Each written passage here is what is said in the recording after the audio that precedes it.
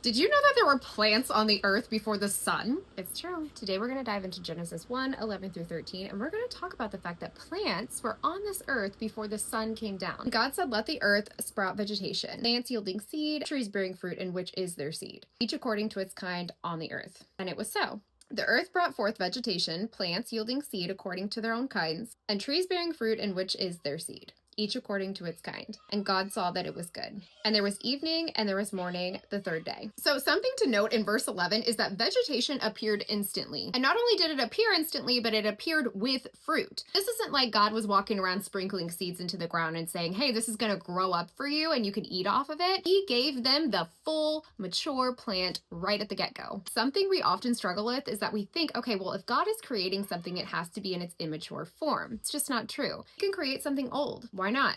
He's God. The reason it was important for these plants to come already bearing seed, already bearing their fruit, is because the whole purpose of them was for Adam to eat from. You have to remember that at this point in the Bible, death was not a thing. And so they weren't killing animals and eating them. They had to have something to eat from, which was the plants that God put on this earth. You can only eat from them if they're already bearing the fruit that you eat. So interesting that the plants existed before the sun did. It also just really refers to God's power and how he can do anything. In these verses, vegetation is commanded to reproduce according to its kind. What is kind? Kind is going to be a collection of species. Later on, like when we're talking about animals, you're not going to get a monkey from a giraffe or a zebra from a hippo. That is just not what would happen. It is not according to its kind. So same thing for trees and plants. They were not going to move past the point of God's provided limit. So if we plopped a scientist back on day 3, all of our dating methods would go completely out the window as he created things that were already old. So it doesn't matter how long it's physically been on this earth. It's not in its baby or premature state. These plants that were here, they were already in their mature state. It is so cool that God had them thriving even before we had the sunshine.